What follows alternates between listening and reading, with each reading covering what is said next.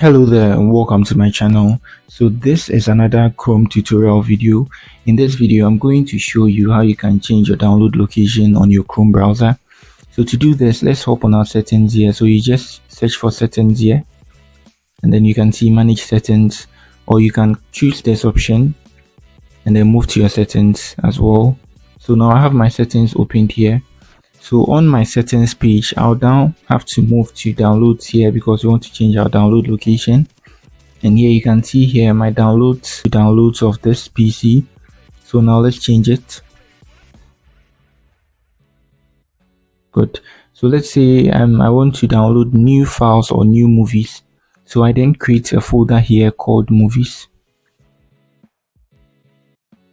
I don't want it to mix with my new downloads.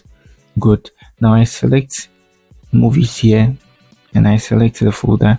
So now you can see the directory here. Everything I download now will be moving to downloads and then a new folder in the downloads, which is the movie.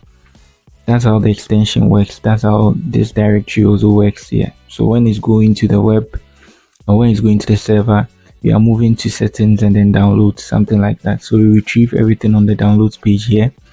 So that's it. And you can also turn this on for it to ask you where to save files, but I don't think it's necessary.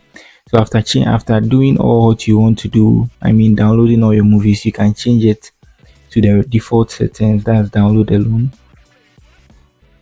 And now you do it like this and you can see mic is gone, /mic is gone. So every download will be on the downloads page, but then it wouldn't be on the download /Michael. So that's it on how you can change your download location on your Chrome browser. If you are new here, you do well to like and then subscribe to my channel. So that's it. Once again, peace.